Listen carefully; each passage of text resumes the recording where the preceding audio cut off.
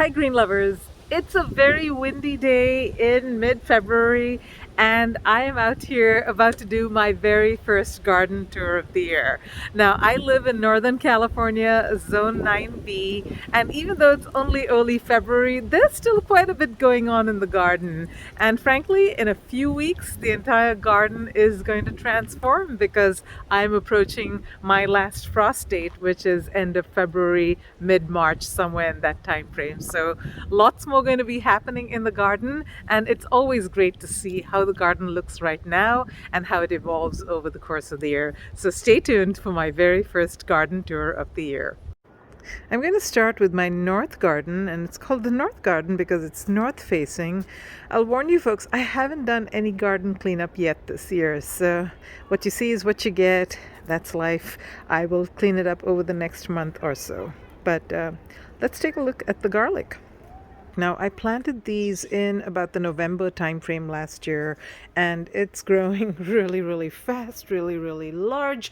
I'm a little worried that it's growing too fast. It should have been developing more of those roots, but we'll see how it does. The garlic at the back there is music garlic, and this one in the front here is, I believe, late white. I've also got some onions that I just got in the ground like a week or so ago. So I've got onions and I've got some shallots and leeks as well. Now I like to chop off the tops of my onion right before I plant it because it gives it a little bit of stability. So I do this twice. I do it at the time that I'm planting it, and I do it actually once in between when I'm starting it from seeds as well. If it's growing too big, too large, I trim it down. And of course, enjoy the greens. I've got some aloe that has been sitting here for the past at least a couple of years, and at this time of year it starts to bloom. I've actually got three types of aloe growing here. This one here is a torch aloe, obvious from its shape. This is the more commonplace aloe, it's aloe vera. And this one over here is what's called a tiger tooth aloe. It's really cute. Swinging around here, I've got these shelves that I converted into planter boxes, and I've got some beautiful greens that I'm growing in here. This one here is kale, and this is a new one this year. This is called Old Tokyo Komatsuna, and it is a mild flavored mustard green. Super delicious. Love it. We'll grow it every year from now on. More curly kale, and this is lacinato kale or dino kale. More of my mustard. Yeah, these greens taste so sweet at this time of year. So yeah, grow cool weather greens. They're just so delicious. Now these beds are what I call my Olympic beds because there's 5 of them, and even though they're squares, they're kind of shaped like the Olympic symbol. Wanted to draw your attention to just a few things here. Over here is red, some kind of red cabbage. I think it's red acre cabbage, and I planted this a year ago and it didn't do very much, but this year it seems to be growing beautifully. I have a feeling I'm not going to get ahead. I have a feeling it's going to go right to seed very quickly, but even so, I'll collect the seeds, and I'm definitely enjoying the greens. Few other things growing here. Hollyhocks. Hollyhocks come back year after year, and they do seed pretty easily as well. So this is like the 3rd year I'm growing those, and they really start to come back at about this time, which is February. Swinging around here, I've got some more of those greens that I planted a year ago that I did not take down, and you can actually see that one of the cauliflowers, I think this is a Romanesco, is forming a tiny little head, so we'll see how that grows. But my broccoli, it does produce these little tiny florets, even though it doesn't produce a main broccoli anymore. And yeah, I just break these off and I eat them. Super tasty, super sweet little garden treat. Got some more garlic that I threw in here. This is one of those beds where I planted garlic one year and every year it just keeps coming back. I separate them and I plant them and use them usually for greens. But I've got an artichoke growing here. I've also got one growing over there, and let's swing around here. One more growing here. So, and one more all the way there. So I've got 4 in a row. Let's see how many of them come up. Usually the gophers like to take these down, so I gotta watch out for that. One plant that I love, this is bulbing fennel, actually really bad for the plants around it. Nothing grows in this bed because this has what's called an allelopathic effect. It produces something in its roots that cause some sort of a poison that prevents anything else from growing. So let's see how this artichoke does. I've got some sorrel that seems to be doing okay, but not very much else grows in this bed. I've tried planting tomatoes.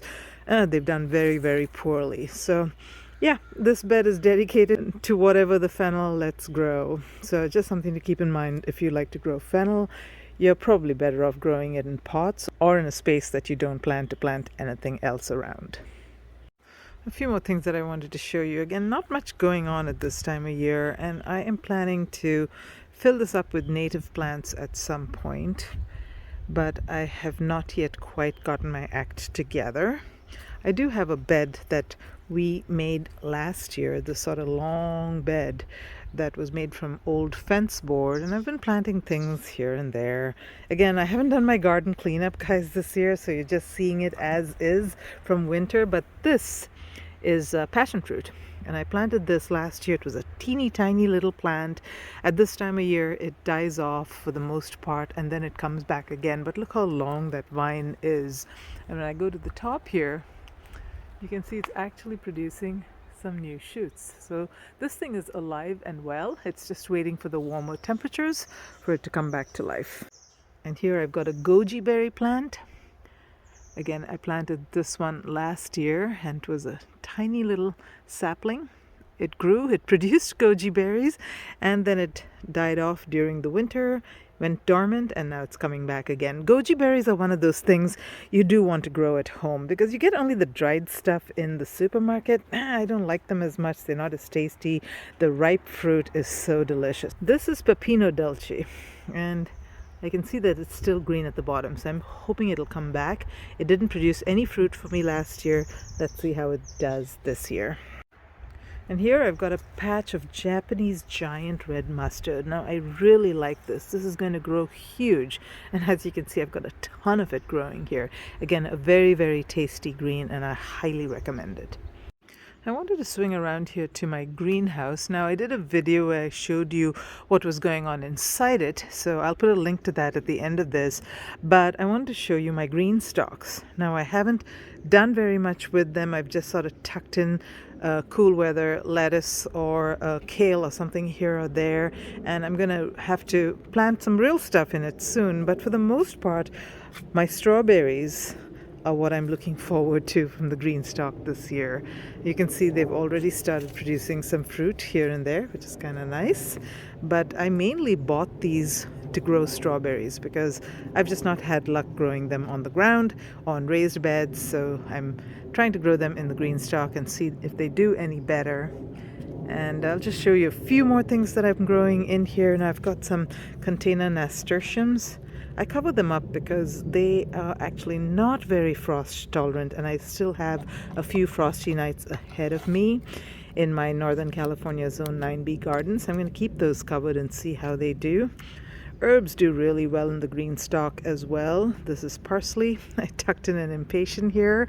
And let's see how all of these things do. I've got a wide assortment of things. Some Egyptian walking onions, some beautiful romaine lettuce, some, I think this is cauliflower, maybe cabbage, who knows. And swinging around to the bottom here, I've got some arugula, and I also planted some mizuna. I got this as a free seed from Baker Creek, and I am so excited to grow it because I've seen other people grow it and it looks so fantastic, and they always rave about how tasty it is. More Japanese giant red mustard. Look how well that's doing. And I've got some Swiss chard that I started as well. Some kale and some large, gosh, what is this? Is this graffiti cauliflower? Don't even know. We'll see what it turns out to be. Broccoli starting to form a head. So everything seems to do better in the green stalk than the rest of my garden. Not sure whether it's the soil, not sure whether it's got less pests, but yeah, the green stalk does really well for me. I've got some planters here and there, some containers that I just threw in some tiny plants and seeds. This is Chiji Masai, which is a kind of tatsoi that I really enjoyed last year. So growing it again. I've got some buttercrunch lettuce. I like using these flower boxes to grow some of my cool season smaller plants like lettuce and tatsoi. They grew really well in this. And this is carrots. So if you haven't seen the video where I showed my little hack on how to start carrots from seeds and get fantastic germination, I'll put a link to that video as well at the end of this. I've got some grasses that I'm going to be planting up front. This is called Formium. Look at it, how pretty it is. I hope it actually grows and looks like this once I put it in the ground. Swinging around here, I've got some tatsoi growing here, or bok choy, and this here is Chinese pink celery. Now I love this. This is a very easy to grow celery. I've tried growing other types of celery like the Utah celery, I think it's called. Just didn't do well for me, and this seems to be doing really, really well. It's very tasty and much milder tasting than your typical celery as well. So I use this a lot. Grows really fast, grows really easily. So again, highly recommend the Chinese pink celery. I got this from Baker Creek. Another pot full of carrots. I think this is a Danvers long. I'm going to have to thin these out pretty quickly, otherwise I'm not going to get any big carrots. Swinging up to the top here, I've got some Quick Star kohlrabi, and it's starting to form kohlrabis, as you can see. Yeah, this is also a very, very tasty vegetable that is not as popular as it should be, I think, because it's so tasty. Again, it's a brassica. You can eat the leaves, you can eat the bulb. Highly recommend you grow this variety. This actually goes from seed to harvest in about 30 to 45 days, the Quick Star kohlrabi.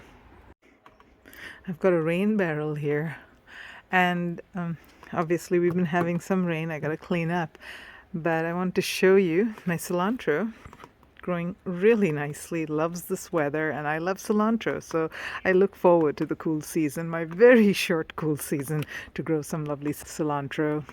And this here is fenugreek. Now this is a very, very tasty green, very popular in Indian cuisine, super healthy. I'd actually started these as microgreens and I kind of let them grow, and they're actually starting to flower. I think I saw some, there we go. It's producing some flowers. But grow these and harvest and throw them into anything, soups, curries. It adds a unique flavor. It's hard to describe. Almost gives the gravy a texture, kind of a creamy texture. A little bit of bitterness, which you don't actually taste. It just adds so much flavor to any dish. Highly recommend fenugreek. I've got several little artichoke plants that are waiting to be transplanted into the garden. Again, like I said, gophers, squirrels, all kinds of things like to eat this, so I like to plant backups for the 4 that I've just showed you. These are the backups in case those get eaten. So hopefully at least some of them will take. Oh look, I've got a blue dazzling kale growing here. Nice. I wanted to quickly show you this. This is an experiment that I'm doing. This is Naked Lady Amaryllis is what it's called, Amaryllis belladonna. And the reason it's called Naked Lady is because when it flowers, it produces this spike, and there's like no greens. At the time that it flowers, the greens have all died off, and you just get the spike with this pretty pink flower at the top. Now this, I started from seed early last year.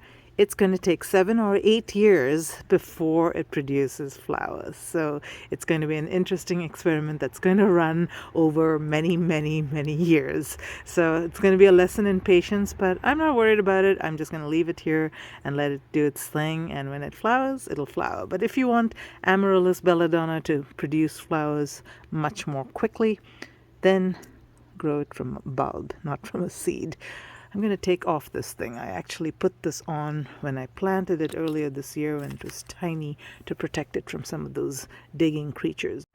Swinging around to the back here, I've got a bunch of favas. fava beans or broad beans that are growing. Now they're cool weather. They're actually nitrogen fixing plants. So if you harvest these or chop these down before they bloom and produce fruit, they actually fixate nitrogen into the soil. So they're great. And speaking of nitrogen fixation and cover crops in general, I've got a ton of cover crops growing in these beds. So I've got 3 beds in which I've put cover crops. Sorry about the mess there. That is actually a row cover that I've got on top of my asparagus, which is coming back to life. Yeah, it is my 3rd year. And look at that. It's nice and thick. This is purple passion asparagus. I actually harvested a couple, as you can see here. And nothing like fresh asparagus, folks. If you have asparagus in your backyard, it's like night and day, the difference between what you get in the grocery store versus what you grow at home. But yeah, I covered this up with this row cover, and I opened it up during the daytime because asparagus is frost tender. I let it grow to about 7 inches tall, and then I break it off and eat it, especially during this time of year. I'm still likely to get a frosty night here or there. But yeah, this is one of the prettiest asparaguses I've seen. Such a lovely color, and it's growing nice and thick this year. I've got this bed which is covered in leaves. I actually planted a whole bunch of potato plants in about 2/3 of this bed. So I've got those buried, and hopefully in a month or so I'll take another video and show you this bed, and it's going to be full of potato plants. I have a ton of leeks volunteering this year. I had leeks in this bed last year and they just threw seeds all over. So I've got 1,000,000 leeks. And speaking of coming back every year, this is a tree kale. Now I actually harvested everything from it, so it's not looking as great, but this thing, it's going to just keep coming back. Especially at this time of year, it produces so much greens for me. I've got about 3 or 4 of these perennial kales, so I highly recommend getting your hands on some perennial kale or perennial collards and then just planting them and letting them come back and produce for you year over year over year. Got another brassica down here. This here is a favorite of mine. I grew it last year for the first time. It's called rat-tailed radish. Now, it's grown mainly for the flowers, not for the radish itself. It doesn't produce much of a root, but it produces flowers and those little beans that it just produces a ton of them. So you actually harvest them like beans. They've got a tender, delicate radish flavor, and yeah, they're really delicious. So highly recommend you growing rat-tailed radish. Now, if you've noticed, I've said the word highly recommend many times during this video, and that is because there are so many things that I recommend that you grow. So if you're getting value, if you're enjoying this video, do hit that thumbs up. It sure helps it get to a broader audience. Let me show you just a few more things in my garden. Lettuce. I grow lettuce every year, and this is red romaine. It is a little bit more heat tolerant than other lettuce varieties, and this is the prime time of year to grow them. I keep harvesting the outer leaves. I actually don't let this go to a head. I found that with romaine, particularly, at least for me, when it starts to form a head, like it's trying to do over here, it actually starts to get a little bitter. And I think that's because it's entering that final stage of its life cycle, which is producing those flowers. That's why it's forming that head. And it's not as tasty at that time. So I like to break off the leaves, and I eat them as cut and come again lettuce. Oh, and if you've got these kind of translucent tubs hanging around your house, they make wonderful greenhouses. So over here, this is scabiosa. Look how beautiful that is. And this here is a pepper plant. All I did was cover it up, and as you can see, it's coming out of dormancy. So yeah, these kinds of tubs are really useful as greenhouses in your garden. Now I do take these off once the weather starts to get warmer because it will overheat inside. We put this cage around it. My son made this for me. This is to keep the rats out. I had a huge problem with rats last year, so put this on, and it actually did quite a bit to protect this bed. And as you can see, a ton of beautiful stuff growing in here. This is a Charleston Wakefield cabbage, I believe. More romaine that is starting to bolt, so got to take that down. I believe this is a red acre cabbage. Yes, it is. one more over there, and I've got peas growing here as well. These were all planted in the fall, late fall, early winter of last year. This is my pomegranate tree, and it is starting to show signs of life. Yeah, this thing completely drops all its leaves during winter, and then it just comes back, and it comes back like double the size of the previous year. So this thing is growing actually really well in that whiskey barrel. I've also got a fig tree over here. I featured this one in many videos. It's about 3 years old now, and yeah, it's coming to life as well. I've got beautiful new growth starting to show up. I've got strawberries, and these were just ravaged by aphids this year. So I'm really hoping that they will bounce back and do well, because this is an Albion strawberry. So sweet, so delicious. Again, one of my favorite strawberries, and I highly recommend that you grow it. And this is my apricot tree. Look at that. Starting to produce blossoms. No leaves, but blossoms. How lovely. I showed you this new long raised bed in my last video about my greenhouse, my Costco greenhouse, and yeah, it took a lot to fill this up. A lot of soil. I actually put a lot of fall leaves at the bottom, so only the maybe top 8 inches or so is soil. I'll be putting another couple of bags of soil on top of this before I grow it, but I'm excited to grow all kinds of goodies in this 8-foot by 4-foot new planter. And swinging over here, these are my Egyptian walking onions. I've got these all over my garden. I bought about 20 bulbs maybe a couple of years ago, and these just go crazy and they propagate for you. No, they are not invasive, and yes, they are one of the most interesting plants I've ever grown. Highly, highly, highly recommend that you try and get your hands on some Egyptian walking onion bulbs, and you'll be set for life with green onions. And look here, a lovely pot of dill. Again, a cool weather plant that grows very, very briefly in my short, cool growing season. And I just love it. The scent when I do this, oh gosh, so great. So back in the greenhouse, folks, I have so much to do, so many seeds to get started, lots of transplants that are waiting in the wings to get into my garden as soon as the weather starts to warm up a little bit. I hope you enjoyed this video, and I hope you join me on my gardening journey this year. Subscribe to my channel, and until next time, live green and love your greens.